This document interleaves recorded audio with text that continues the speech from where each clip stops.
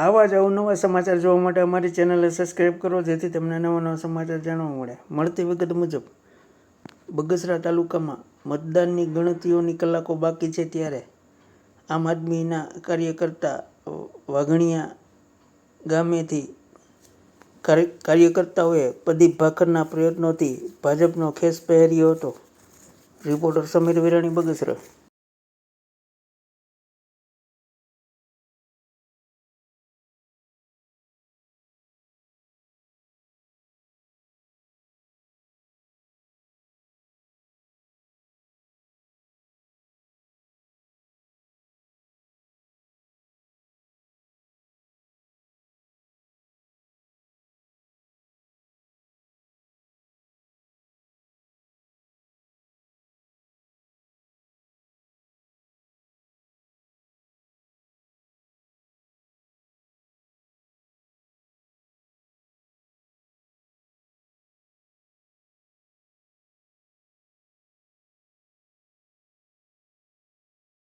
કલાકો બાકી છે, ત્યારે અમુક કાર્યકર્તાઓ છે આમ આદમી પાર્ટી છોડીને ભાજપના ખેસ ધારણ કર્યો. આપના હસ્તક કેટલા કાર્યકર્તાઓ આમાં જોડાણા હતા, કોઈ હોદ્દેદાર હતા, શું કહેશો આ બાબતે? પહેલાં તો સ્થાનિક સ્વરાજ ચૂંટણી અંતર્ગત જે ચૂંટણી લક્ષી અત્યારે કામગીરી ચાલુ, તેમજ ગામડે ગામડે ભારતીય જનતા પાર્ટીના કાર્યકર્તાઓ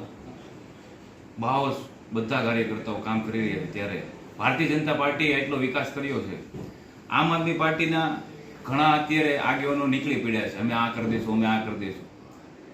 અમારું એક સૂત્ર છે, જે કામનું અમે ખાતમુહૂર્ત કરીએ છીએ એ જ કામનું અમે લોકાર્પણ કરીએ છીએ. ત્યારે બીજી પાર્ટી આમ આદમી પાર્ટીના લોકો ઘણા આગેવાનોને સમજાણું છે અત્યારે કે કામ અત્યારે બીજી પાર્ટી કોઈ કરતી નથી. આમ આદમી પાર્ટીને એવું છે કે અમે કરી દઈશું, પણ સરકાર દિલ્હીથી લઈને ગુજરાત રાજ્યની સરકાર હોય, ત્યારે જિલ્લા પંચાયત હોય, ભારતીય જનતા પાર્ટીની તમામ સરકાર હોય, ત્યારે આમ આદમી પાર્ટીના આગેવાન શ્રીઓને એમ થયું કે ભારતીય જનતા પાર્ટી જ કામ કરશે ને કામ કરવાના છે અને કરવાના છીએ અમે. ત્યારે જૂના વાઘણીયા જિલ્લા પંચાયતના પ્રભારી આમ આદમી પાર્ટીના લાલજીભાઈ પાલાભાઈ દાપડા ચૂંટણીની કલાકોની વાર હોય ત્યારે એમને સમજાણું કે ભારતીય જનતા પાર્ટી ઘણા કામ કરે છે. એ લોકો આમ આદમી પાર્ટીને બાય બાય કરીને આજે ભારતીય જનતા પાર્ટીમાં જોડાણા છે. લાલજીભાઈ પાલાભાઈ દાપડા સાથે અન્ય દેવી પૂજક સમાજના આગેવાન સતીશભાઈ ડાભી તેમજ દલિત સમાજના આગેવાનો 30 લોકો જોડાણા છે આજે. ત્યારે અમારા બગસરા તાલુકામાં ઘણા કામ થયા છે સરકાર દ્વારા, જેમ કે જેવી કાકડીયા સાહેબે આખા ગુજરાતમાં બે પ્રાંત હોય તો અમારા બગસરામાં છે બગસરા વિધાનસભામાં એક ધારી છે અને એક બગસરા છે. ત્યારે આ લોકોને સમજાણું કે ભારતીય જનતા પાર્ટી અત્યારે ઘણું કામ કરી રહ્યું છે, અને જેવી કાકડિયા દ્વારા ઘણી રજૂઆત હોય, જેમ કે સરકારમાં અત્યારે સરકારી કોલેજ છે, જેમ કે સાયન્સ કોલેજ છે, અત્યારે મેઘાણી હાઈસ્કૂલમાં છે, એનું બિલ્ડિંગ પણ ફાળવી ગયું છે જેતપુર રોડે પઠ્ઠા પાસે, એનું પણ બિલ્ડિંગ છે. સાયન્સ કોલેજ હોય એમાં પણ આર્ટ્સ અને સાયન્સ અને કોમર્સ એ પણ થવાનું છે.